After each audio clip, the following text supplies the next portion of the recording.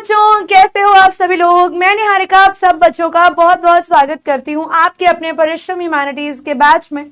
और मैं उम्मीद करती हूँ आप सब बच्चे मस्त होंगे, स्वस्थ होंगे और आज की क्लास के लिए बिल्कुल रेडी होंगे।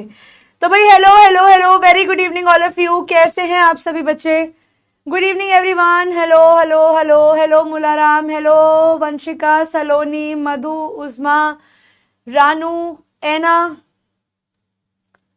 अवंतिका, देशना, दीपाली, सृष्टि, आदर्श, अनीता, अपूर्वा, वेद, प्रतिभा, कृष्णा, ऋचा, भवनी, सोनाली, छवि, आर्यन, सना, कृष्णा, पलक, अमरप्रीत, जिया, नित्या, उल्वी, फरहीन, ईशान, भारती, कैफ, खुशी, दीपिका। चलिए भाई, मनकशा, सेजल, चलिए हेलो भाई, हेलो जी, हेलो। तो भाई कैसे हैं आप सभी लोग? हेलो हेलो, हाय जी, हेलो जी, हाय, हेलो, नमस्कार। और भाई क्या हालचाल है तुम लोगों के? क्या चल रहा है भाई? कैसे हो आप सभी लोग? फाइनली कई बच्चों के स्कूल खुल गए थे, जिनके नहीं खुले थे आज भैया रही सही कसर पूरी हो गई, तो स्कूल शुरू हो ही गए होंगे आज से। जिनके नहीं हुए होंगे कल से तो और हो ही जाएंगे, है ना। तो भाई स्कूल शुरू हो ही गए हैं आप लोगों के। नमस्कारम भाई लक्षिता जी, क्या हालचाल? स्कूल शुरू हो ही गया है भैया। तुम लोगों की लास्ट समर वेकेशंस थी ये, और इसी तरीके से तुम लोगों की लास्ट समर वेकेशंस भी खत्म हो जाती हैं 17 जुलाई। वाह Bharti, how lucky. All good, कल से शुरू है। अरे वाह भाई। तो टेक्निकली आई एम बेसिकली मैं बहुत ही कैजुअली तुम्हारे ऊपर एक वो रियलाइजेशन का बॉम्ब ड्रॉप करना चाहूंगी। तो जो बच्चे एक्चुअली स्कूल वाले हैं, मतलब जो स्कूल जाते हैं, एक बच्चा कह रहा है अलीशा तीशा, तो भैया कैजुअली तुम्हारे ऊपर एक बॉम्ब ड्रॉप करेंगे हम लोग। तुम लोगों की आखिरी समर वेकेशंस खत्म। हाँ अलीशा ही थी।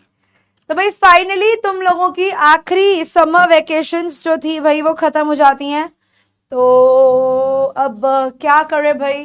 तो अब कल से तुम लोगों के स्कूल ओपन हो रहे हैं, तो तुम लोगों का लास्ट समर वेकेशन जो स्कूल का था वो खत्म हो गया है। कईयों का हो चुका है आज, कईयों का हो जाएगा कल। कई लोग पिछले हफ्ते ही स्कूल के अपनी वेकेशंस खत्म कर चुके थे, और कई नॉन स्कूलिंग स्टूडेंट्स भी हैं। तो भैया स्कूल की तो बात ही नहीं है, कोई दिक्कत नहीं है भैया। तो जो साइलेंट क्लास वाले हैं, डमी क्लास वाले हैं भाई, अच्छा है तुम लोग घर में दिन में यार लेट तक सो सकते हो, आराम से रेस्ट कर सकते हो, है ना। You guys get to rest. मुझे स्कूल नहीं जाना, मत जाओ बेटा स्कूल। कुछ दिनों बाद ये बोल नहीं पाओगे कभी, स्कूल नहीं जाना तो चले जाओ।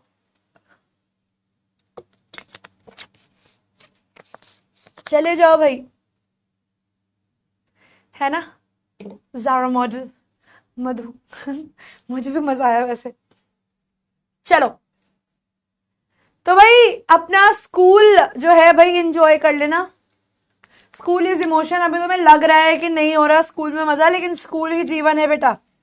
मैं आज गई हुई थी एक जगह काम से, तो वहां पर ऐसे ही स्कूल की बात हुई और मुझे लगा, मैंने कहा यार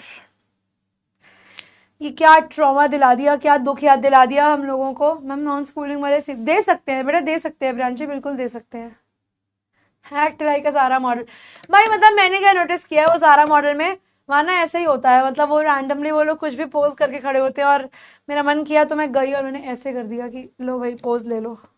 चलो अब पढ़ाई स्टार्ट। छुट्टियों के बाद लेजीनेस आ रही है। ओ गॉड बेटा, मुझे तो पूरे साल ही आती है, बट एनीवेज कोई नहीं, अपने मन को पक्का करो और जाओ आप तैयार होकर स्कूल। एकदम अच्छे कपड़े वपड़े पहन के जाना, मस्त हीरो हीरोइन बन के जाना स्कूल में, है ना। चलो अब स्टार्ट करते हैं बच्चों हम लोग हमारे आज की क्लास को, हमारे आज के टॉपिक को। तो भाई हम लोग नहीं बच्चे, भूमि दिल्ली का मौसम बहुत अच्छा हो रखा है, बड़ा झड़ वाला मौसम है, बारिश बनी हुई है बिल्कुल। बस बारिश हो नहीं रही है वो अलग बात है, पर दिल्ली में बारिश का माहौल पूरा है। मतलब मैं बस कढ़ाई रख के बैठी हूँ कि जैसे ही बारिश की बूंद गिरेगी ना मैं पकोड़े तल लूंगी थोड़े से खाने के लिए। लेकिन जैसा मेरा हाल है बेटा, पकोड़े मैं खा नहीं सकती हूँ अब, सैडली। बहुत तला हुआ हो जाता है, बेकार की कैलोरीज इनटेक हो जाती हैं हमारी, वो हमें करनी नहीं है। चलिए स्टार्ट करते हैं भाई, स्टार्ट करते हैं। ये मैं बोल आई हूँ यार घर में, कल मिल जाएगा, ये कल मिलेगा तुम लोगों को। चलो भाई लकी, ऑल द बेस्ट। मिलवाऊंगी यार, मिलवाऊंगी। मैं परेशान हो गई हूँ, मैं घर में बोल बोल के थक गई कि मेरे को दे दो भैया, ढिंचक दे दो, चंपक दे दो, कोई दे ही नहीं रहा है। अब बोलती हूँ वापस आज घर, आज घर ही जाकर फोन करके बोला है मैंने, क्षितिज जरूरत नहीं है बेटा मुझे जिम करने की, भगवान की दया से इस बार मुझे जिम करने की जरूरत नहीं है, मैं डाइट करके ही काम चला लूंगी। चलो, कल आ ही नहीं रहा, हाँ कल नहीं आ रहा, हाँ वो तो है बेटा, कल आ ही नहीं रहा, क्या करे। चलो नहीं, ये चैप्टर बेटा 2 लेक्चर्स में खत्म होगा बेटा मनकशा, आज और कल की क्लास, तो हमें 2 क्लास लगेंगी इस चैप्टर को खत्म करने में, फिर हमारे दोनों चैप्टर्स डन हो जाएंगे और फिर हमारी पढ़ाई शुरू हो जाएगी और फिर हम लोगों ने अगली क्लास के अंदर पोएट्री कर लेनी है। ठीक है, चलिए भाई अब स्टार्ट करते हैं हम लोग हमारे आज की क्लास को। ठीक है भाई, हम लोग करने वाले हैं journey to the end of the earth. बहुत ही बढ़िया सा चैप्टर है, मजा आएगा तुम्हें ये चैप्टर सुनने में, क्योंकि इसमें तुम लोग पढ़ोगे ज्योग्राफी इन इंग्लिश, तो हो सकता है you guys will enjoy the chapter, because इस चैप्टर में हम लोग इतने सारे एग्जाम्पल्स के बारे में बात करने वाले हैं कि आप लोगों को भी इन एग्जाम्पल्स को डिस्कस करके मजा आएगा। चलिए, तो आप सब बच्चों का बहुत बहुत स्वागत कर देते हैं आज की क्लास में। तो ये है भैया आप लोगों की अपनी इंग्लिश टीम, आप लोग हैं गार्डियंस ऑफ लैंग्वेज, और ये है आपका अपना प्यारा रॉकेट रकून। तो तुम लोग भी अपना अपना ग्रूट ढूंढ लो भैया। ये है आपका प्यारा रॉकेट रकून। कराते हैं मधु, जब मन कर जाता है तो, जब मन कर जाता है तो हो ही जाती है, जैसे आज है ना। ये लो, मधु कह रही है मैम अब आप गेम नहीं कराते हैं ना, कराते हैं ना बेटा, गेम लेके आई हूं मैं आज आप लोगों के लिए। नोटिस राइटिंग हो गया बेटा लास्ट क्लास में, गेम खेलेंगे आज। नोटिस राइटिंग हो चुका है पिछली क्लास में, आज की क्लास में हम लोग शुरू करने वाले हैं आपका journey to the end of the earth. नहीं बेटा अलीशा, ये चैप्टर सिमिलर है, क्लास 11th में वो किया था एलिंग प्लैनेट किया था ना क्लास 11th में, अर्थ वाला, द ग्रीन मूवमेंट्स रोल, वैसा ही है journey to the end of the earth, पर उससे अच्छा है। चलो एक काम करेंगे आज, एक काम करते हैं हम लोग ना, ये 1 2 3 4 get on the dance floor खेलते हैं। ठीक है, तो हम लोग क्या करेंगे, हम लोग ना आज से 4 ऑप्शंस को सॉल्व करते हैं। लेट इट बी 1 2 3 एंड 4, उसके बाद 5 6 7 8, कल हम जाएंगे इंडिया गेट, वो हम अगली क्लास में खेलेंगे। ठीक है, तो भैया 1 2 3 4 get on the dance floor. Number 1 है बेटा एक स्मॉल बैग, डाउन का नंबर 1 करते हैं, है ना। Small bag in which women keep money, cards and other things, एक ऐसी चीज जिसके अंदर विमेन सारा सामान रखती हैं। तो हमारे पास ऑप्शन है 1 में, डाउन में, 1 का है बाउंड, POUCH हो सकता है, लेकिन मेरे हिसाब से पर्स भी तो हो सकता है। पाउच कह रहे हो ठीक है, बट पर्स भी तो हो सकता है, बटुआ, तो हम पर्स लेके चलते हैं भैया, पर्स बेटर वर्ड सूट करता है। अगला सवाल देखते हैं, अ स्ट्रिंग ऑफ जूल्स, ठीक है, अ स्ट्रिंग ऑफ जूल्स और a thin chain to wear around neck, एक पतला सा जूल या एक थिन चेन जो आप गले में पहनते हो। नंबर 2 का है, ठीक है, मुझे तो वर्ड मिल गया, आई गॉट द वर्ड, बहुत बढ़िया, बहुत सही। नेकलेस,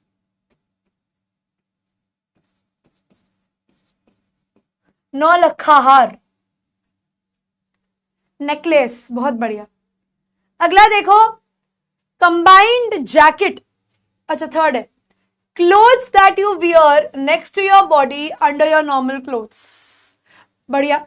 अगला सवाल है, clothes that you wear next to your body under your normal clothes, आपको बताना है कि ऐसे कपड़ों को हम क्या कहते हैं। बहुत बढ़िया, बहुत बढ़िया, ये हो गया अंडरवियर।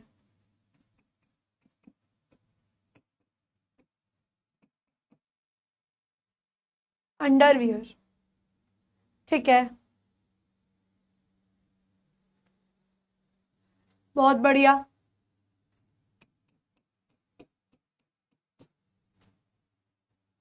ठीक है, इनरवेयर भी कर सकते हो यार, इनरवेयर भी कर सकते हो, इनरवेयर भी वर्क करता है, अंडरवेयर भी वर्क करता है।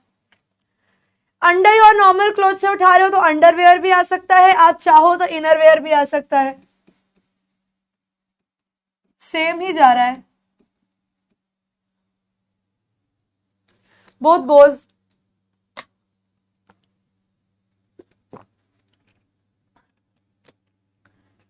अब अगला वाला लड़कियां जल्दी पहचान लेंगी मुझे लग रहा है, कंप्लीट है बेटा गर्वित वो।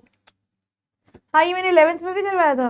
अच्छा, कंबाइंड जैकेट एंड ट्राउजर्स और skirt made of same material. कई बच्चे लिख रहे हैं जंप सूट, लेकिन बेटा हमारे पास ना ऑप्शन सिर्फ 4 शब्दों का है, तो हम लोग जंप सूट ना करके सिर्फ सूट कर देते हैं। सूट, तेनू सूट सूट करदा है ना, वही वाला सूट है ये। चलो बहुत बढ़िया। अगली क्लास में करेंगे हम लोग 5, 6, 5, 6, 7, 8, रात को जाएंगे इंडिया गेट, है ना। चलो अब स्टार्ट करते हैं भाई हम लोग हमारा चैप्टर, जिसका नाम है बच्चों journey to the end of the earth. बहुत इंटरेस्टिंग, बहुत मजेदार ये चैप्टर होने वाला है, तुम लोगों को सुनने में मजा आएगा। थोड़ा हिस्टोरिकली हम चीजों के लिए जाएंगे, थोड़ी चीजें माइंड बॉगलिंग हो जाएंगी, मजा आएगा देखने में। तो भाई आप सब बच्चे जानते हैं आप लोग कहाँ रहते हैं। भाई आप लोग रहते हैं एक मिट्टी के गोले पर जिसका नाम, भाई मैंने स्क्वायर क्यों बना दिया।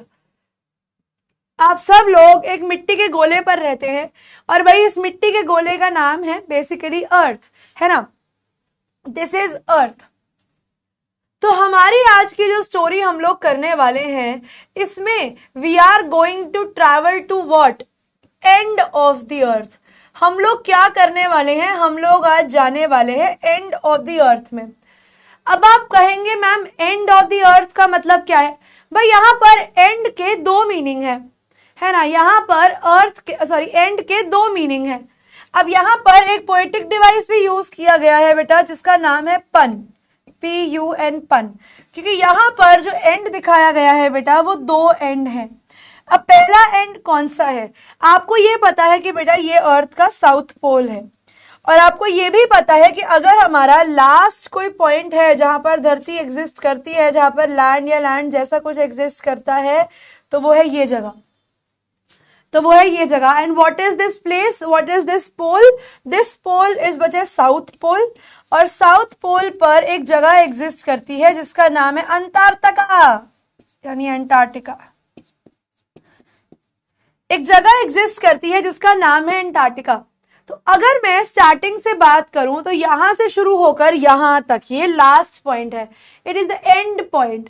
That is why south pole, the southern most point, ठीक है, southern pole, south pole Antarctica, या यहां पर मैं लिख रही हूं जो सदर्न मोस्ट पॉइंट है हमारा। तो एक तो रीजन हो गया बेटा कि आप हमारे वर्ल्ड के सदर्न मोस्ट पॉइंट पे हैं, आप धरती के एंड वाले पॉइंट पे, कि भाई इसके बियॉन्ड धरती नहीं है, that is the last point, है ना। और दूसरा है बेटा the reason for the end, और दूसरा बेटा अगर दुनिया कभी खत्म होगी, दुनिया का कभी अगर विनाश होगा, तो वो भी बेटा इसी जगह की वजह से होगा, एक ऐसी जगह जहां पर ह्यूमंस है भी नहीं, लेकिन फिर भी this place is so potential कि ये धरती को खत्म कर सकती है। तो आई विल रिपीट कि एंड ऑफ द अर्थ के यहाँ पर 2 मीनिंग्स बताए गए हैं। एक तो बेटा क्योंकि एंड ये हमारे वर्ल्ड का सदर्न मोस्ट पॉइंट पड़ता है, that is why this point is called the end of the earth. And the second reason is because this place called Antarctica can be the reason of the end of the world. ये जगह वो कारण बन सकती है जो दुनिया को खत्म कर सकती है। This place is potential enough to end the world. Despite the fact कि यहाँ पर तुम्हें इंसान मिलेगा ही नहीं, you are not even going to find a single human being living here, but still this place has the power कि ये धरती को बिल्कुल वाइप आउट कर सकती है, ये ह्यूमैनिटी को बिल्कुल वाइप आउट कर सकती है। अब कैसे करेगी वही जानने के लिए क्लास में बने रहिएगा। हाँ बिल्कुल आकांक्षा, हो सकता है। चलिए, तो हमारा जो चैप्टर है इसके अंदर जैसा कि आप ये देख पा रहे हैं, हम लोग बिल्कुल सदर्न मोस्ट पॉइंट की बात करने वाले हैं, and this point that we are going to talk about is Antarctica. अब एंटार्क्टिका जो है बेटा वो कोई रियल लैंडमास नहीं है, यहाँ पर एक्चुअली में कोई जमीन नहीं है, यहाँ पर you will only find ice glaciers, यहाँ पर आपको सिर्फ ग्लेशियर्स ही मिलने वाले हैं। यहाँ पर बड़े बड़े पीसेस ऑफ आइस एग्जिस्ट करते हैं, समथिंग लाइक दिस, बहुत बड़े बिल्डिंग जितने, मतलब अगर आप मानो आप यहाँ पर अपनी एक बोट में खड़े हो तो आप बस इतने से हो, यहाँ पर आपकी बड़ी सी बोट भी यहाँ पर इतनी सी है, and imagine such a big ice shelf, such a big glacier is there in front of you. अब ये जगह क्यों इतनी ज्यादा वो आप कह सकते हैं कि इंपॉर्टेंट है, क्योंकि बेटा अगर हम लोग कुछ भी करेंगे यहाँ पर हमारे इक्वेटर के ऊपर, यानी कुछ भी बेटा अगर हमारे यहाँ पर नॉर्दर्न हेमिस्फीयर में होगा तो उसका डायरेक्ट असर यहाँ पर आपको आपके बर्फीली जगह एंटार्क्टिका में होते हुए देखने को मिलेगा। तो हमारी क्लास में जो स्टोरी हम लोग करने वाले हैं वो स्टोरी है जिसको लिखा है एक लेडी ने, जिनका नाम है बच्चों तिशानी दोशी। तिशानी दोशी साउथ इंडिया में रहने वाली एक लेडी हैं, जिन्होंने लोगों के साथ मिलकर, ठीक है, जिन्होंने लोगों के साथ मिलकर, बच्चों के साथ रादर मिलकर एक जगह को ट्रैवल किया था बेटा। That place was Antarctica. Antarctica जब वो जाती हैं तो वो समझ पाती हैं कि क्यों ये जगह इतनी इंपॉर्टेंट है, और क्यों जो हम बार बार कहते हैं कि हमारा वर्ल्ड डिस्ट्रॉय हो रहा है, हमारी दुनिया बर्बाद हो रही है, how those things are actually taking place. जैसे आप लोग कहते हैं कि ग्लोबल वार्मिंग हो रही है भैया, ग्लोबल वार्मिंग हो रही है भैया, लेकिन ग्लोबल वार्मिंग क्या है? What is global warming? Global warming से क्या हो रहा है? क्या एक्चुअली हम लोगों ने सिर्फ शोर मचा रखा है कि ग्लोबल वार्मिंग हो रही है, या सच में लोगों को ग्लोबल वार्मिंग का असर देखने को मिलता है? वही सारी चीजें बच्चे यहाँ पर इस चैप्टर में तिशानी दोशी ने बात करी है। ठीक है, शुरू करें चैप्टर को, शुरू करें चैप्टर को भाई। नहीं है बेटा अनिरुद्ध, बोरिंग नहीं है, मजा आएगा तुम्हें चैप्टर करते हुए, कोशिश तो यही है, बाकी देखते हैं। हाँ बेटा महक, उसी दिन ही डलवा दिया था भाई मैंने तुम्हारी क्लास के, मेरे नाम से उसके अंदर ना एक लिंक डला हुआ होगा आपके चैट बॉक्स में, ठीक है, वहां से आप वो लिंक पिकअप कर सकते हो। वो लॉ स्प्रिंग के लेक्चर नंबर 1 में निहारिका के नाम से एक लिंक डला हुआ होगा आपके चैट बॉक्स में, वहां से उठा लेना। अब वो कहते हैं if you want to know more about the planet's past present and future, तो भाई Antarctica is the place for you. कहते हैं अगर आप जानना चाहते हो आपकी ये जो धरती जिस पर आप रहते हो इसका पास्ट कैसा था, इसका प्रेजेंट कैसा है, और इसका फ्यूचर तो कैसा कैसा होगा, वो जानने के लिए ये जो जगह है अंटार्कटिका, आपको यहाँ पर जाना पड़ेगा। Bone voyage, basically happy journey. तो ये स्टोरी शुरू होती है बेटा जहां पर अनीस जंग कह रही हूँ, सॉरी, तिशानी दोशी बात करती हैं कि मैं थी कहां पर भैया, वो एक रशियन रिसर्च वेसल पर थी, यानी वो एक शिप पर थी जिसका नाम था एकेडमिक शोकल्स्की। तो वो कहती है अर्ली दिस ईयर आई, अब ये आई किसके लिए यूज किया गया है भाई, ये तिशानी के लिए यूज किया गया है। तिशानी अपनी कहानी सुनाती हैं कि I found myself aboard of a Russian research vessel, कि एक रशियन रिसर्च वेसल के ऊपर, एक रशियन रिसर्च शिप के ऊपर शी वॉज देयर विद, जिसका नाम था द एकेडमिक शोकल्स्की, इसको याद रखेंगे बच्चे। Heading towards the coldest, driest and the windiest continent in the world.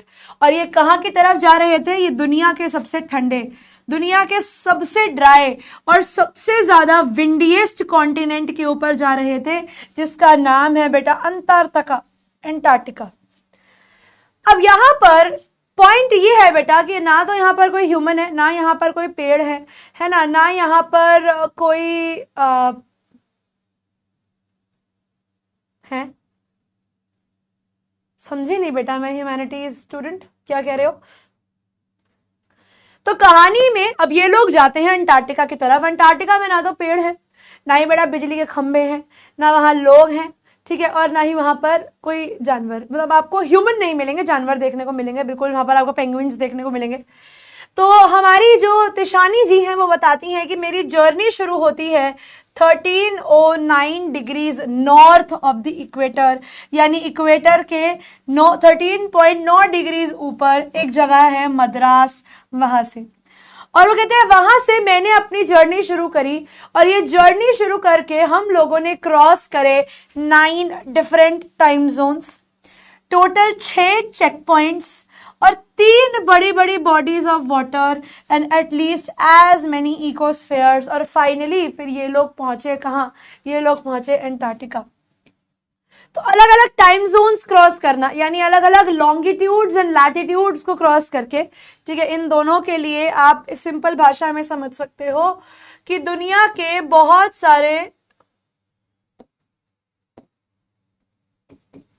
Longitudes and latitudes को कवर करके ये लोग फाइनली पहुंच जाते हैं अंटार्कटिका। अब क्या होता है भैया अंटार्कटिका में? By the time I actually set foot on the Antarctic continent, I had been traveling over 100 hours in combination of a car, an aeroplane and a ship. So my first emotion on facing Antarctica's expansive white landscape and uninterrupted blue horizon was relief. अब वो कहती है भैया देखो कहानी कुछ ऐसी है, हमारे घर जैसी है।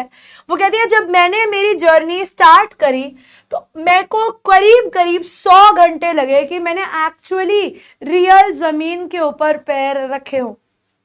तो वो कहती है by the time I actually set foot on the Antarctic continent, वो कहती है जब मैंने अपने अंटार्कटिक कॉन्टिनेंट पर पैर रखा, अपने शुभ कदम रखे, वो कहती है उससे पहले मुझे ट्रैवल करते हुए लगभग 100 घंटे हो चुके थे। वो कहती है I had been travelling from last 100 hours in a combination of a car, an aeroplane and a ship. वो कहती है लास्ट 4-5 साढ़े 4 दिनों से मैं ट्रैवल ही कर रही हूँ और आज फाइनली मुझे यहाँ पर मिलना पड़ा।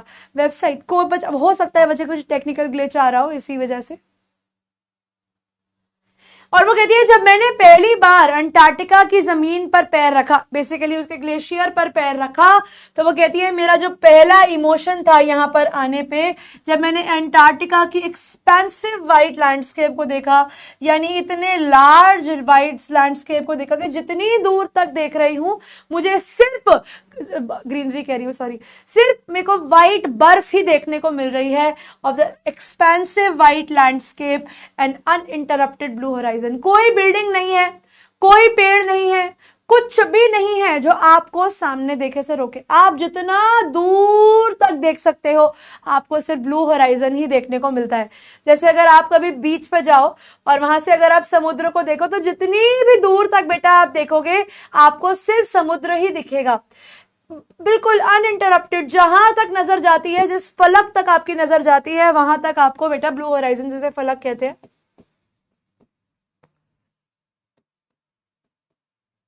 वहां तक आपको सिर्फ जिस तरीके से बेटा आसमान दिखता है, तो वो कहते हैं यहां पर भी मुझे ब्लू होराइजन दिख रहा है। मतलब जितनी भी दूर तक देखो, ये जो लाइन होती है जो आपके स्काई और अर्थ को मर्ज करती है, जिसके बियॉन्ड आप ये नहीं पहचान पाते कि वो आसमान है या धरती, उस लाइन तक वो कहते हैं कि मुझे सब कुछ सिर्फ बिल्कुल क्लियर क्लियर देखने को मिल रहा था।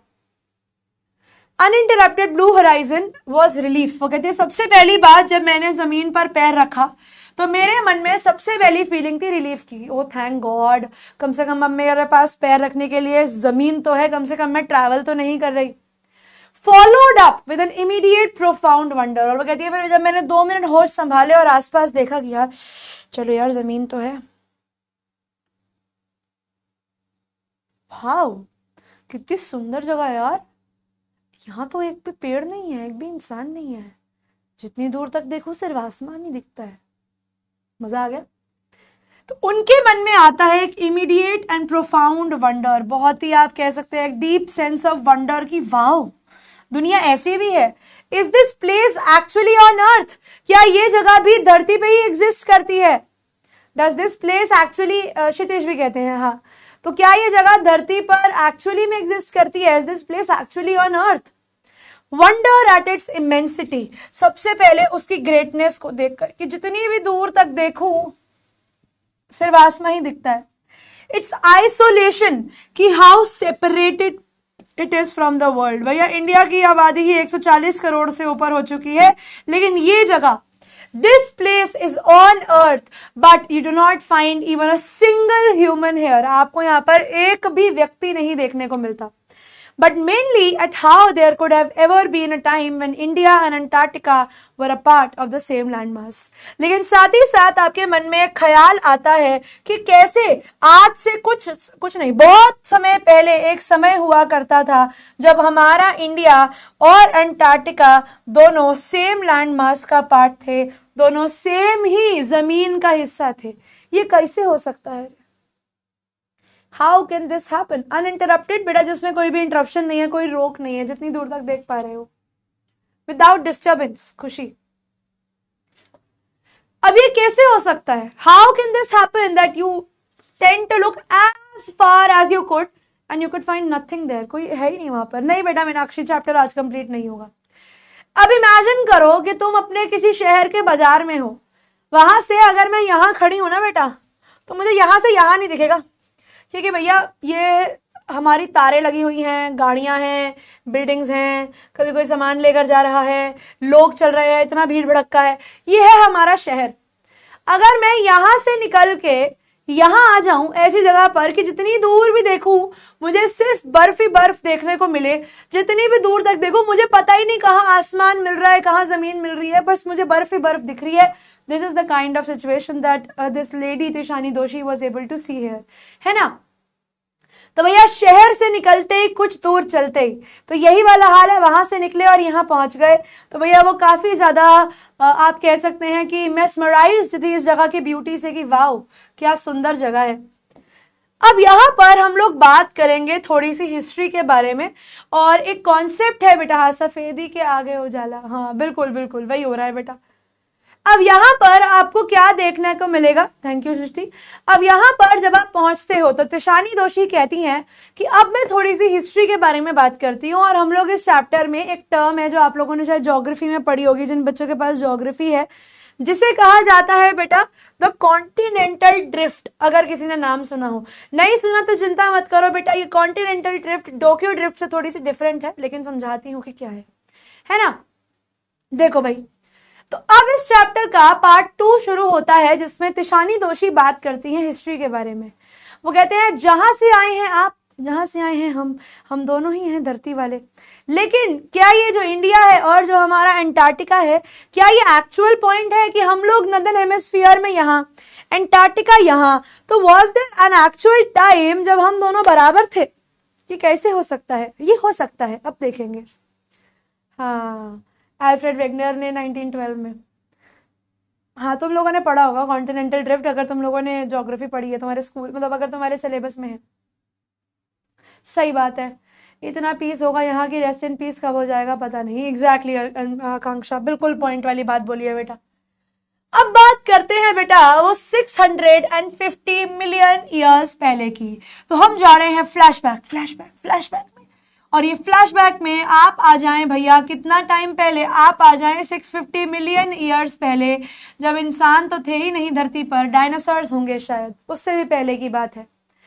A giant amalgamated southern supercontinent Gondwana did indeed exist। अब वो कहते हैं उससे पहले एक amalgamated, बेसिकली एक joined, एक जुड़ा हुआ सुपर कॉन्टिनेंट हुआ करता था, सदर्न सुपर कॉन्टिनेंट हुआ करता था, जिसका नाम है बेटा गोंडवाना, और हाँ ये एग्जिस्ट करता था सेंटर्ड रफली around the present day Antarctica. और ये जो जगह है आपकी गोंडवाना लैंड, ये उस समय पर बेटा एग्जिस्ट करता था, और मेजरली अगर मैं बात करूं आपका जो अंटार्कटिका है वो गोंडवाना लैंड का ही पार्ट हुआ करता था। अब बात करते हैं थोड़ा सा कॉन्टिनेंटल ड्रिफ्ट की। बिफोर वी टॉक अबाउट आपका Laurasia and Gondwana land, let's come to the term called Pangaea. थोड़ा सा मैं एक्स्ट्रा करा रही हूं ये पैंजिया वाला पॉइंट, पर तुम्हें पता होना चाहिए भैया। देखो दुनिया में आपकी 2 प्लेट्स हैं, मेन 2 मेजर प्लेट्स है, 2 सुपर कॉन्टिनेंट्स थे, एक थी लॉरेशियन प्लेट और एक थी गोंडवाना वाला आपका लैंड, ठीक है। लेकिन अगर मैं बात करती हूं आपसे पैंजिया की, व्हाट इज पैंजिया, अब इससे पहले कि आपका यूरेशियन प्लेट और आपका गोंडवाना प्लेट जो था बेटा, ये अलग हुए, एक समय था जब हमारे पास पूरा का पूरा लैंड मास, ठीक है, entire land mass as one था। एक समय ऐसा था बेटा दुनिया के अंदर जब आपके पास as one super continent, mega continent कह लो। आपके पास एक समय था बेटा जब आपके पास एक ही मेगा कॉन्टिनेंट था और पूरी दुनिया उसी मेगा कॉन्टिनेंट का पार्ट थी, जिसमें आपका यूरेशियन प्लेट और आप लोगों का गोंडवाना लैंड दोनों आता था, जिसमें यह पूरा देख सकते हैं कि जितना भी लैंड है हमारे अर्थ के ऊपर वो सारा का सारा जुड़ा हुआ था। Everything was connected before hand, सब चीजें जो थी बेटा वो जुड़ी हुई थी। फिर वही कॉन्टिनेंटल ड्रिफ्ट हुआ, आपकी जो टेक्टोनिक प्लेट्स हैं धरती के नीचे, वो हाँ 11th की ज्योग्राफी फिर पढ़ रहे हो बिल्कुल, तो तुम्हारी जो टेक्टोनिक प्लेट्स हैं बेटा ये आपकी ड्रिफ्ट होने लगी है, शिफ्ट होने लगी। एज ए रिजल्ट जो लैंड है वो अलग होने लगा और उसके बाद 650 मिलियन ईयर्स पहले हमारे पास एग्जिस्ट करते थे दो लैंड, जिनका नाम था बेटा लॉरेशिया और दूसरे का नाम था गोंडवाना। अब अगर मैं गोंडवाना की बात करूं तो गोंडवाना ये पूरा का पूरा लैंड आपका गोंडवाना लैंड है, ये वाला हिस्सा, ठीक है, मार्क कर देते हैं।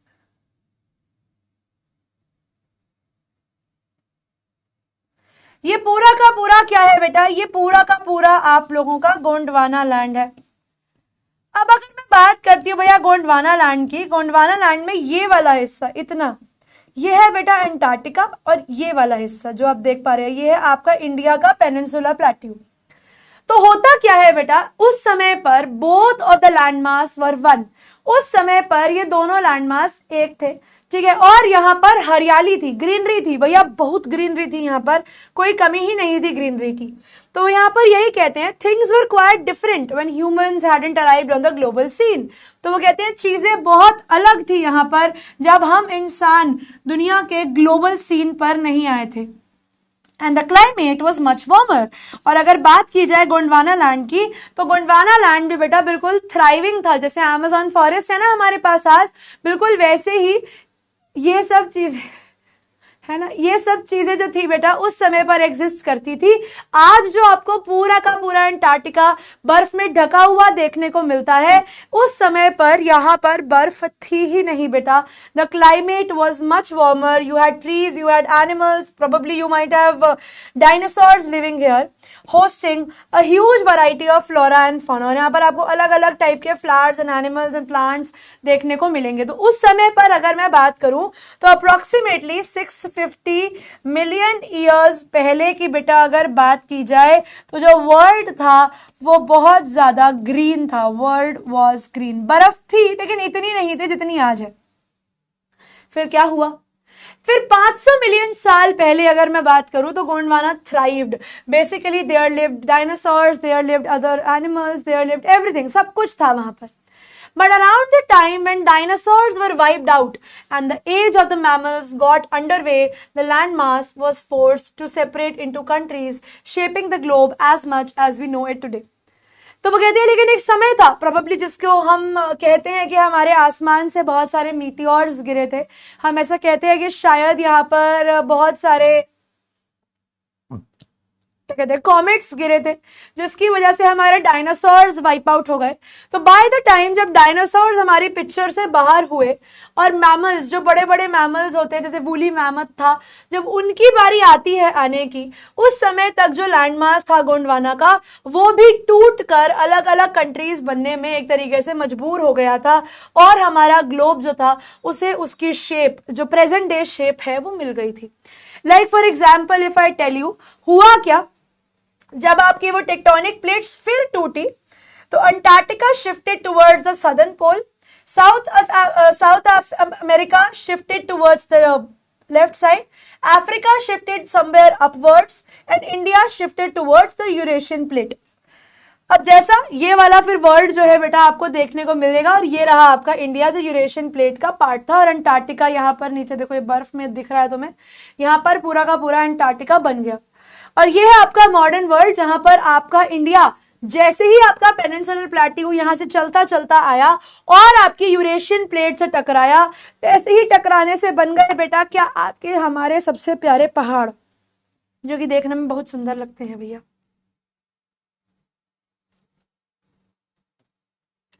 अब वो कहते हैं अंटार्कटिका जाना, अगर आप अंटार्कटिका जा रहे हैं तो it is now to be a part of that history. अगर आप अंटार्कटिका जा रहे हैं तो बिल्कुल आपको ऐसा लगेगा कि जैसे आप हिस्ट्री का ही एक पार्ट है और आप चीजों को समझने जा रहे हैं कि व्हाट्स हैपनिंग देयर।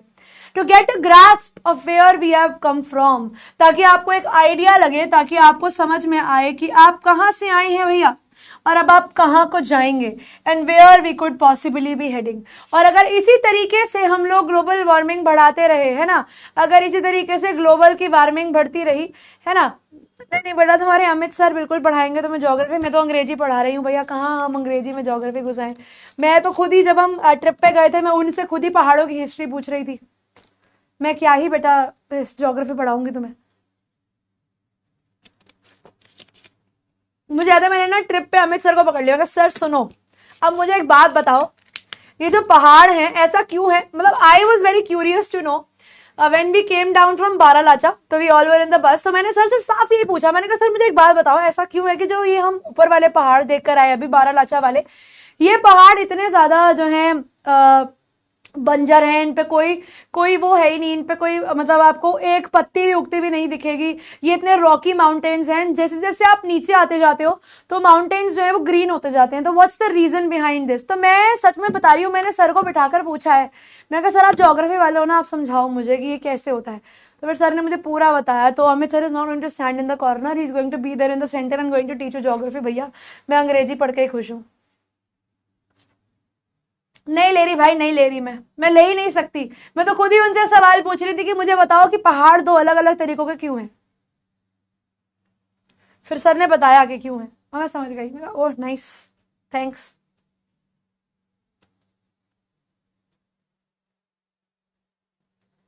है ना, नहीं नहीं गाइड का काम नहीं किया, मैंने कहा सर आज तो मैं जान के जाऊंगी। फिर सर ने पता नहीं कुछ वो बताया था पहाड़ों के बारे में, what I don't remember the word exactly, कि जब दो पहाड़ों के बीच में से ना एक बहुत सारी जब मिट्टी नीचे गिरती है, he called it something, I don't remember it, but I was कि हाँ that was the phenomena I notice for the very first time. Just a second, I am getting this call for the third time, 2 minute देना यार, just let me just see कि who is it.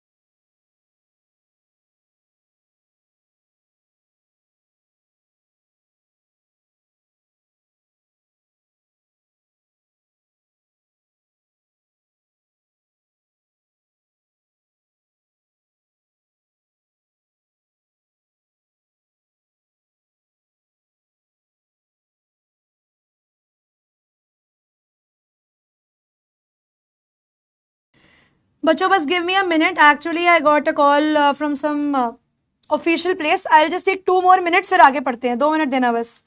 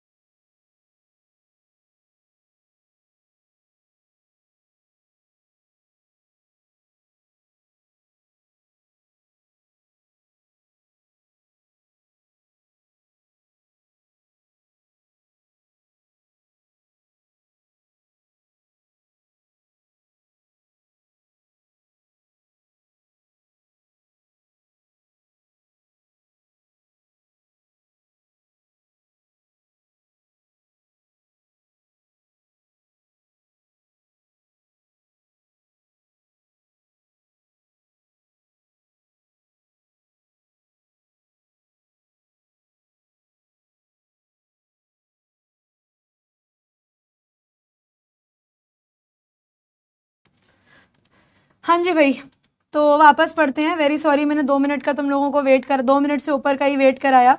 So actually I am getting some of my documents ना remade, तो I just got a call for that only, and उसके लिए 2 minute लगे to call पापा and tell him कि कृपया करके डॉक्यूमेंट सबमिट करवा दो। So just called my father a minute back कि डॉक्यूमेंट्स का काम देख लेना आप, मुझसे तो होगा नहीं।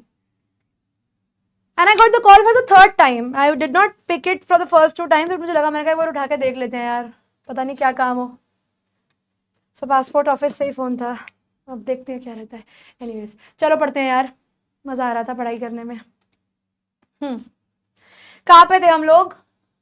नहीं यार, I called my father because I just got a call from an official office कि भाई आपके डॉक्यूमेंट सबमिट करने हैं। मैंने कहा जी अंकल जी करवा देंगे, कल हो जाएंगे। चलो पढ़े।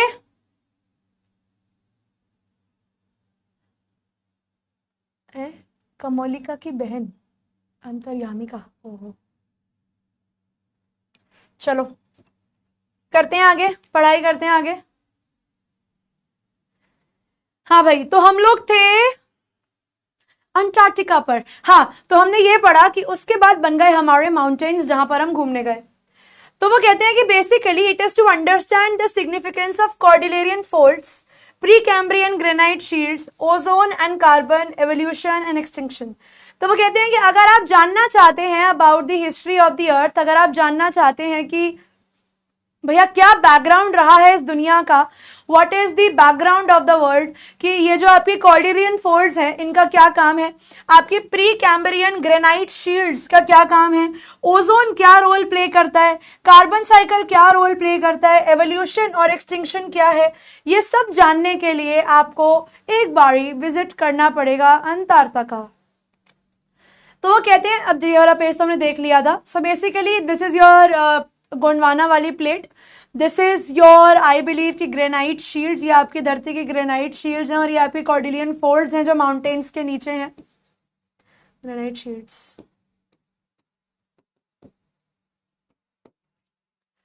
When you think about all that can happen in a million years, it gets pretty mind boggling. तो कहते हैं जब आप सोचते हैं कि 1,000,000 years में क्या क्या हो सकता है, because I am telling you when I had gone to this place called Baralacha अभी recently from the, वही हम लोग जब सारे टीचर्स वगैरह गए थे, I was looking at the mountains and I was able to see 2 different kind of mountains. मुझे 2 अलग अलग टाइप के mountains वहां पर देखने को मिल रहे थे, and I am telling you guys that place was so pretty. वो इतनी सुंदर जगह थी, but when I saw the height of the mountain and I was like यार we are nothing in front of it, हम तो कुछ भी नहीं है इसके आगे। तो जब आप ये सोचते हो कि 1,000,000 years के अंदर माउंटेन्स बन गए और इतने बड़े माउंटेन्स बन गए, कितना ज्यादा लैंड है इस धरती के ऊपर, so things get pretty mind boggling.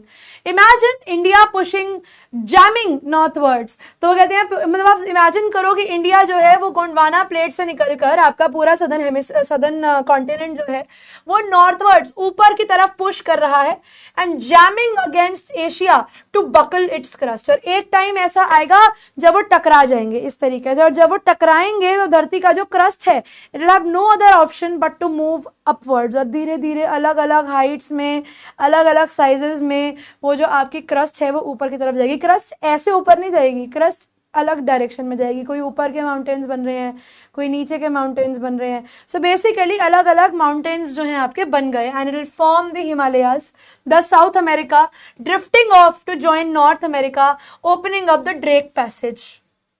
I believe I do have a photo of Drake Passage, yes.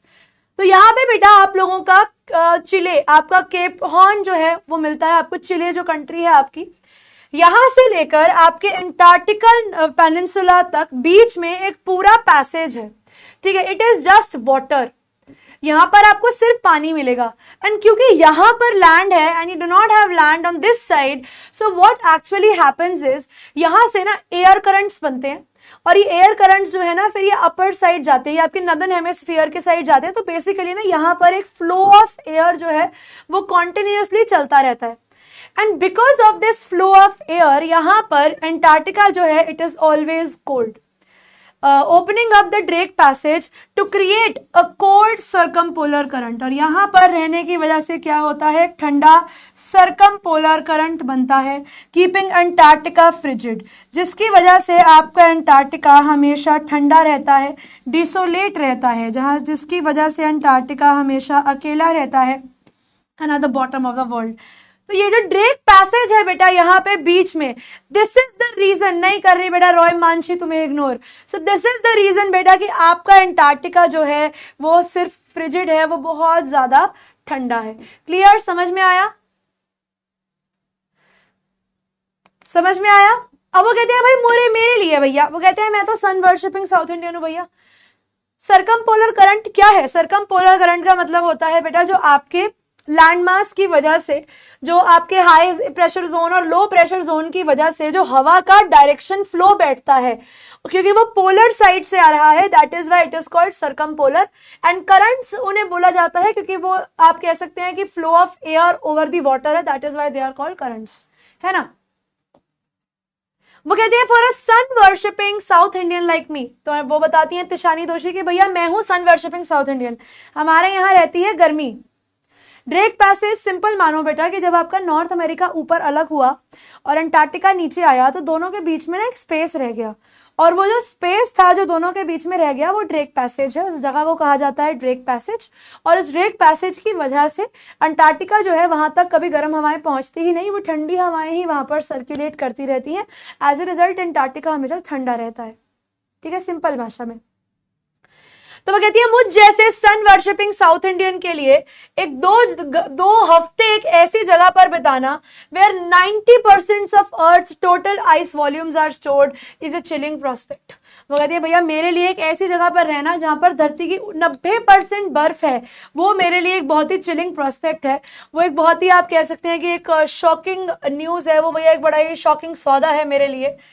Not just for circulatory and metabolic function, वो कहते हैं ऑब्वियसली भैया हम रहते हैं ह्यूमिड जगह पर, हमारे यहाँ ठंड तो बिल्कुल ही नहीं पड़ती और मैं बिल्कुल फ्रिजिड जोन में हूँ, तो वो कहते हैं मेरे सर्कुलेटरी और मेटाबॉलिक फंक्शंस के लिए तो ऑब्वियसली ये थोड़ा ठंडा तो है ही, बट मेरी इमेजिनेशन के लिए भी कि ओ गॉड ऐसा भी हो सकता है। It is like walking on a giant ping pong ball, तो कहते हैं यहाँ पर अंटार्कटिका की जमीन पर चलना बिल्कुल ऐसा है जैसे मैं पिंग पोंग बॉल पर चल रही हूँ, क्योंकि बेसिकली अगर देखा जाए बेटा Antarctica is maximum ice and nothing else, तो आप बर्फ के ऊपर जो है चल रहे हो। यस बेटा Madhu, I have heard of it. Devoid of any human markers, यहाँ पर यू विल फाइंड नथिंग। ठीक है, यहाँ पर आपको कोई भी ह्यूमन मार्कर्स देखने को नहीं मिलेंगे, यहाँ आपको कोई पेड़ नहीं मिलेंगे, यहाँ आपको कोई बिलबोर्ड्स नहीं मिलेंगे, यहाँ पर आपको कोई बिल्डिंग्स नहीं मिलेंगी। This place has no symbol that it is going to prove कि ये जगह अर्थ पर है, यहाँ पर जो लोग हैं नहीं रहते हैं। You lose all earthly sense of perspective and time here, यहाँ आकर आप बिल्कुल भूल जाओगे कि आप धरती पर रहते हो, आपको बिल्कुल समझ नहीं आएगा कि दिस ऑल इज अर्थ, सुबह होती है, रात होती है, लोग होते हैं दुनिया में। You will find this place on earth but still far away from earth. अच्छा, what is calcium cannons in this case बच्चे? The visual scale ranges from microscopic to mighty, वो कहते हैं यहाँ पर जो विजुअल स्केल है, जिन चीजों को आप देख पा रहे हो वो यहाँ पर माइक्रोस्कोपिक से, वो आपको बहुत स्मॉल से लेकर माइटी तक देखने को मिलेंगी, बहुत बड़ी भी देखने को मिलेंगी। मिजेस एंड माइट्स, आपको छोटे छोटे कीड़े मकोड़े देखने को मिलेंगे, बड़ी बड़ी ब्लू वेल्स देखने को मिलेंगी, आपको बड़े बड़े आइसबर्ग्स देखने को मिलेंगे जो एक कंट्री जितने बड़े हैं, लाइक फॉर एग्जांपल अगर मैं बात करूं बेल्जियम जितने। और अगर आप लोगों ने क्लास 10th में पढ़ा होगा तो आपको पता होगा Belgium is almost the size of Haryana, है ना। पिंग पोंग, हाँ, it's a kind of a ball, yes.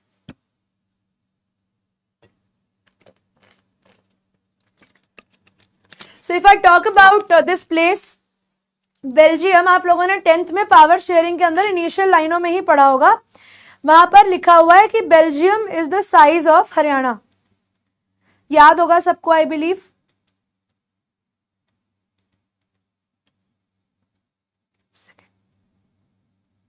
हाँ, तो भाई Belgium is the size of Haryana. तो अब इमेजिन करो कि हरियाणा जितना बड़ा आइसबर्ग है यहाँ पर।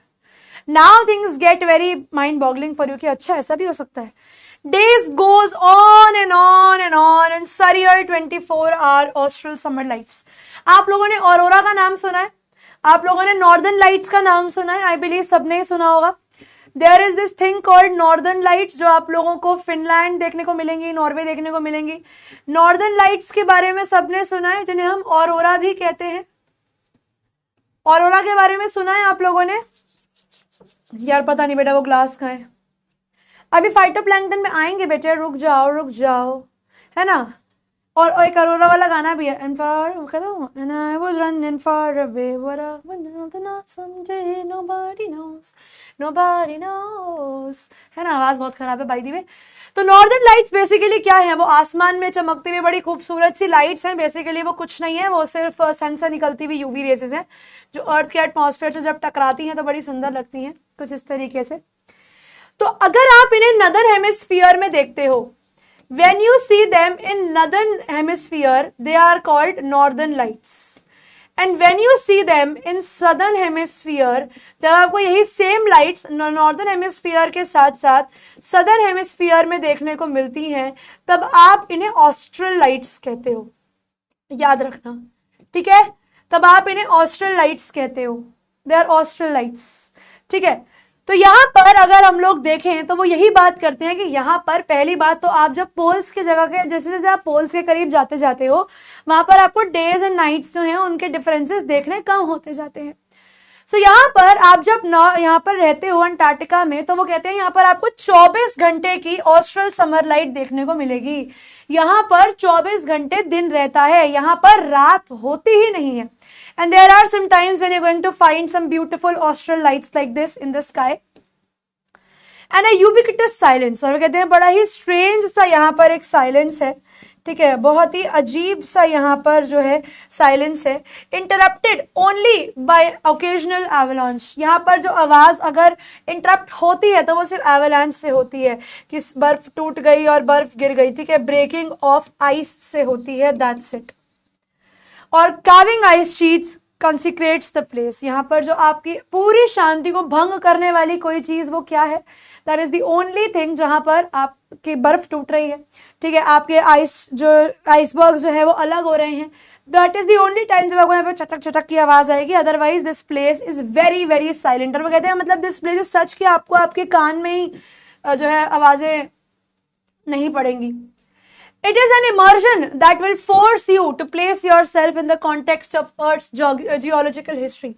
वो कहते हैं एक इमर्जन है, ये एक ऐसा आप कह सकते हैं कि एक थॉट है, ये आपके लिए एक ऐसा एक्सपीरियंस है, एक ऐसा थॉटफुल एक्सपीरियंस है जिसमें आप मजबूर हो जाएंगे कि अगर आप यहाँ पर आते हैं तो आप अपने आप को अर्थ की जियोलॉजिकल हिस्ट्री के अंदर जरूर रखकर देखेंगे.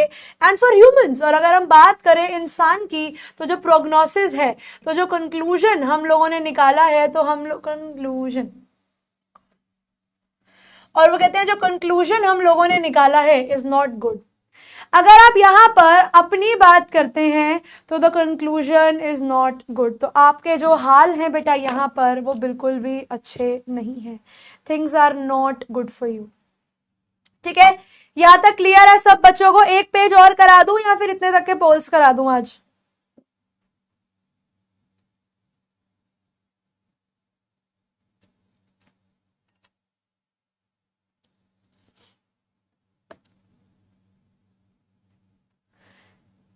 क्लियर है? आज के लिए इतना ही. कॉन्सिक्रेट बेटा, चर्च में जब कोई भी चीज को ऑफिशियली डिक्लेयर कर दिया जाता है ना, दैट थिंग इज कॉन्सिक्रेटेड. तो यहाँ पर वो कहते हैं कि इस जगह की ऑफिशियल आवाज ही क्या है? वो है आपके breaking off ice caps and things.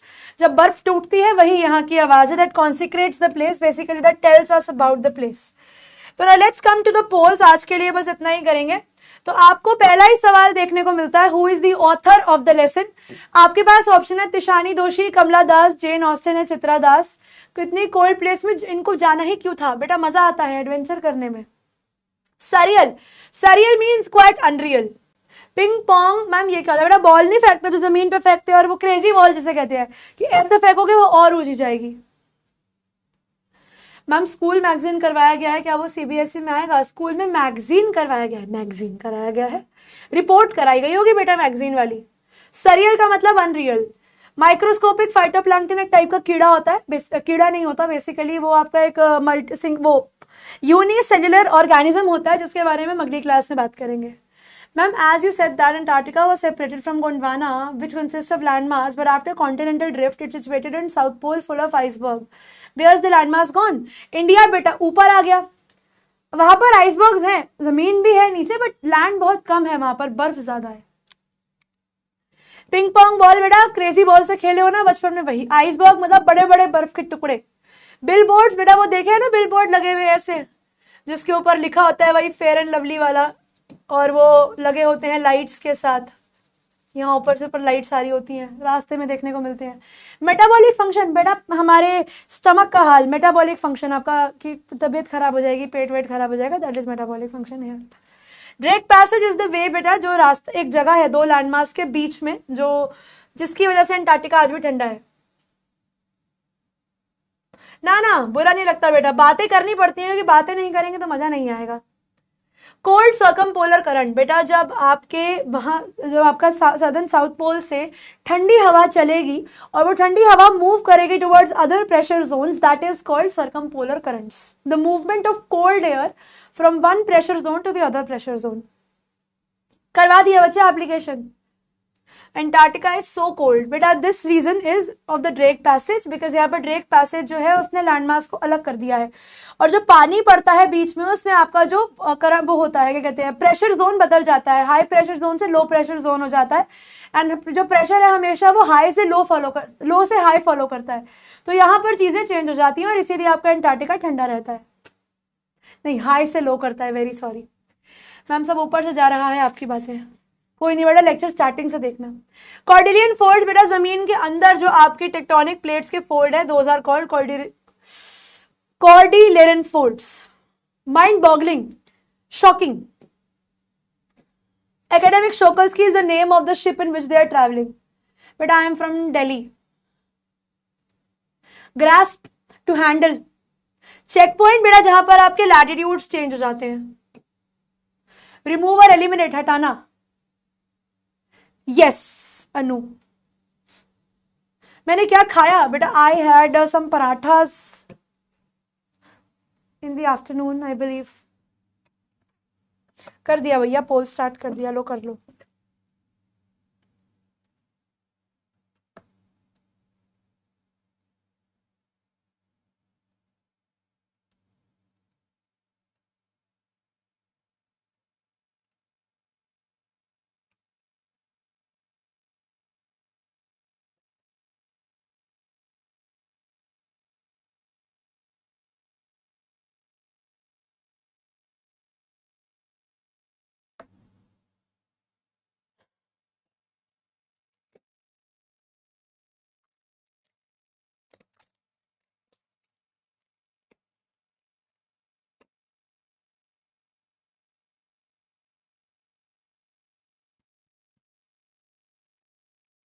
चलिए, तो आंसर है भाई तिशानी दोषी, ऑप्शन नंबर ए आपके क्वेश्चन का सही आंसर है. देखते हैं कितने परसेंट बच्चों ने, 97. वाह भाई वाह. आरव, जेसिका, पीर, रीमा, अनीता, मोहित, अनुराग, अनुप्रिया, सौम्या और अर्चिशा, ऑप्शन नंबर ए. अगला सवाल देखते हैं. What is the lesson revolve around? It revolves around the world, it revolves around tourism, children and their tour, या the world's most preserved place Antarctica.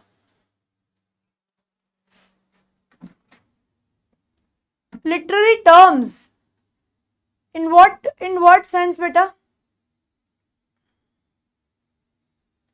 मैंने करवाए हैं, जो भी आपके लिटरेरी पोएटिक डिवाइसेस होते हैं ना, उसकी एक अलग से क्लास करवाई है पोएटिक डिवाइसेस के लिए, वहां से आप रेफर कर सकते हो. और एक बारी मुझे बता दो कि तुम्हें वो मिल गया, क्लॉजेस का लेक्चर लिंक मिल गया.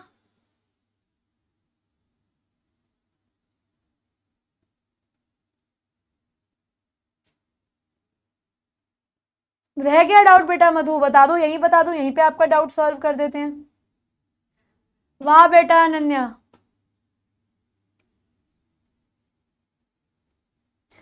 बता दो बेटा. मधु यही डाउट बता दो, यहीं आपका डाउट सॉल्व कर लेते हैं. चलिए, तो आंसर है बेटा यहाँ पर आपका दुनिया के सबसे प्रिजर्व्ड प्लेस अंटार्कटिका के बारे में ये कहानी है. 73% बच्चे, कई लोगों ने वर्ल्ड पे भी करा है भैया। आरव, प्रकुल, अनुराग, मोहित, अर्नव, सबीर, नैन्सी, धानवी, पीर और Yograj, sorry my bad. What is the purpose, ये तो मैं आगे कराऊंगी। ज्योग्राफिकल फिनोमिना, नो, ये भी अभी आगे होगा, ये भी अभी आगे होगा। हाँ, ये करो। आपके पास सवाल है, what is there in Antarctica. यहां पर अभी एज पर बुक, ठीक है, एज पर बुक बेटा एक वर्ड लिखा गया था, है ना, बुक के अनुसार एक वर्ड दिया गया था। कौन सी हिस्ट्री है वो वर्ड दिया गया है, आपको वही वर्ड चूज करना है।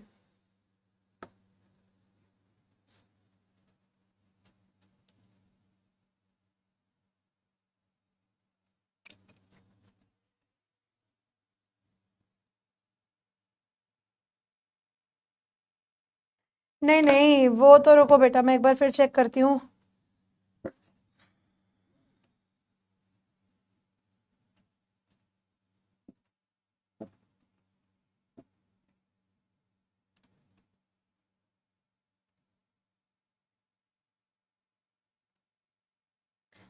इसमें मिल जाएगा, मुझे लग रहा है तुम्हें।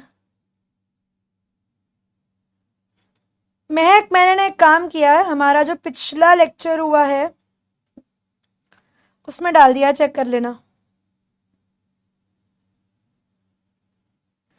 प्रीवियस वीक लॉस्ट स्प्रिंग का जो लेक्चर 2 है ना, उसके में वापस से डाल दिया है मैंने लिंक, वहां से पिक कर लेना, ठीक है।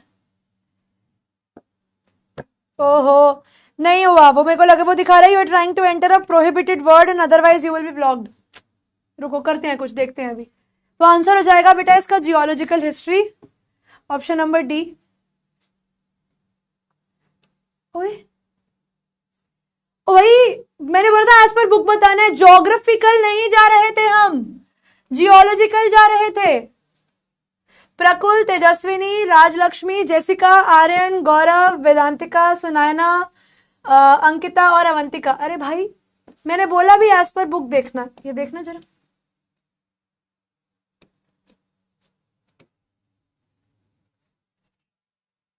No Shivani, it's option D.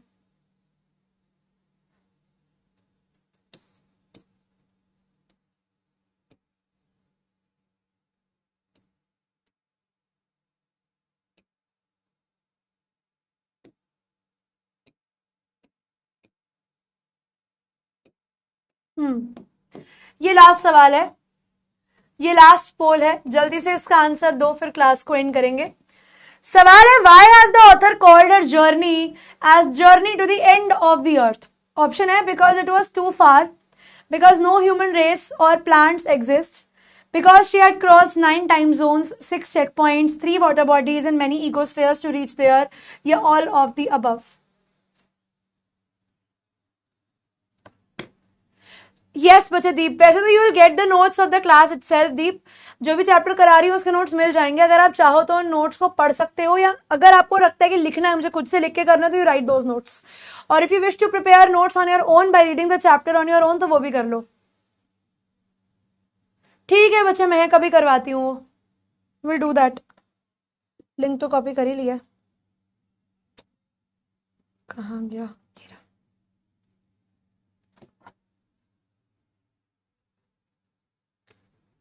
मेरे हिसाब से डी होना चाहिए इसका आंसर, क्योंकि ये जगह दूर भी थी, यहाँ पर कोई ह्यूमन रेस और प्लांट्स भी नहीं थे, 9 टाइम जोन्स क्रॉस करके, 6 checkpoint, 3 water bodies cross करके अगले यहाँ आई हैं, तो ऑप्शन नंबर डी के साथ जाएंगे। 85% बच्चों ने सही आंसर दिया है, गुड। प्रकुल, मनकशा, पीर, जेसिका, धानवी, सौम्या, ऋचा, सबीर, अमीशी और योगराज, बहुत बढ़िया जी। ऑप्शन नंबर डी आप लोगों के सवाल का सही आंसर था। तो भाई यहाँ पर आकर हम लोगों ने इस चैप्टर को आधा कर लिया है। अब अगली क्लास में हम लोग पूरा चैप्टर कंप्लीट करके इसके क्वेश्चन आंसर्स भी कर लेंगे, ठीक है। तो कल की क्लास के अंदर हम लोग क्या करने वाले हैं, हाँ, I will be putting it on the community itself, अभी डाल देती हूँ मैं ये। तो भाई अब नेक्स्ट क्लास में क्या होने वाला है भैया, नेक्स्ट क्लास के अंदर हम इस चैप्टर को खत्म कर देंगे, ठीक है, हम लोग चैप्टर कर देंगे complete, that is going to be tomorrow. कल ये चैप्टर कंप्लीट हो जाएगा। तो तुम लोग तैयार रहना, कोशिश करूंगी कल तुम्हें ढिंचक से भी मिलवा दूं, ठीक है। तो और हाँ, अब मुझे बस मेरा हर बारी का एक सवाल होता है यार तुम लोगों से, did you enjoy the class? क्या आप लोगों ने क्लास को एंजॉय किया? मजा आया चैप्टर करने में? आपके पास यस या नो का पोल आ जाएगा, ठीक है। और हम लोगों ने मिलना कब है? अगली क्लास में कल, है ना?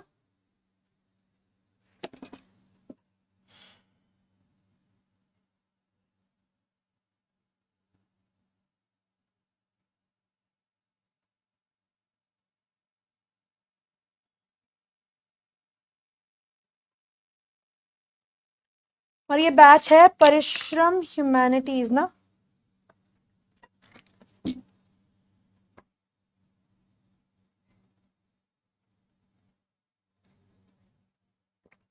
लॉगिन हो गया।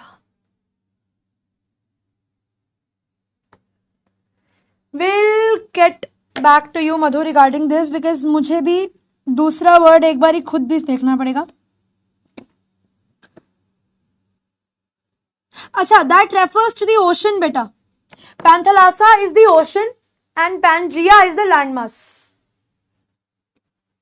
95.24, ठीक है भाई, बढ़िया है जी। ये 4.76% बच्चे, बताइएगा तुम्हें क्या डाउट था, ठीक है। चलिए फिर, वेगाबॉन्ड का मतलब होता है बच्चे एक पुअर व्यक्ति हु कीप्स ऑन रोमिंग। एक बार तुम लोग अपना लीडर बोर्ड देख लो जो कुछ इस तरीके का दिखता है। जैसिका, तेजस्विनी, राजलक्ष्मी, गौरवदेव, प्रकुल, मधु, वेदांतिका, मुस्कान, प्रिंस और अंकिता। बहुत बढ़िया भाई, वेरी गुड। अच्छा, एक बच्चा सवाल पूछ रहा है, why is Antarctica compare to ping pong ball? तो बच्चे क्योंकि वहां पर बेसिकली आपको सिर्फ बर्फ मिलेगी, maximum things you going to find here is ice. And जिस तरीके से पिंग पोंग बॉल का कोई बेस नहीं होता, वैसे जो बर्फ के मोटे मोटे आइस की लेयर्स हैं उनका नीचे कोई एक्चुअल लैंड एग्जिस्ट नहीं करता, देयर इज जस्ट वाटर। तो अगर आप उन पर चलोगे तो some, if not actually but technically, when you're working on them you're just working on piece of water, ठीक है, आप सिर्फ पानी के ऊपर ही चल रहे हो।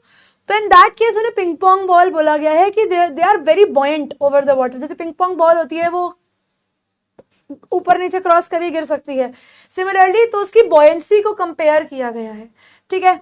चलिए फिर इसी के साथ आप लोगों की आज की क्लास बच्चों यहीं पर समाप्त हो जाती है।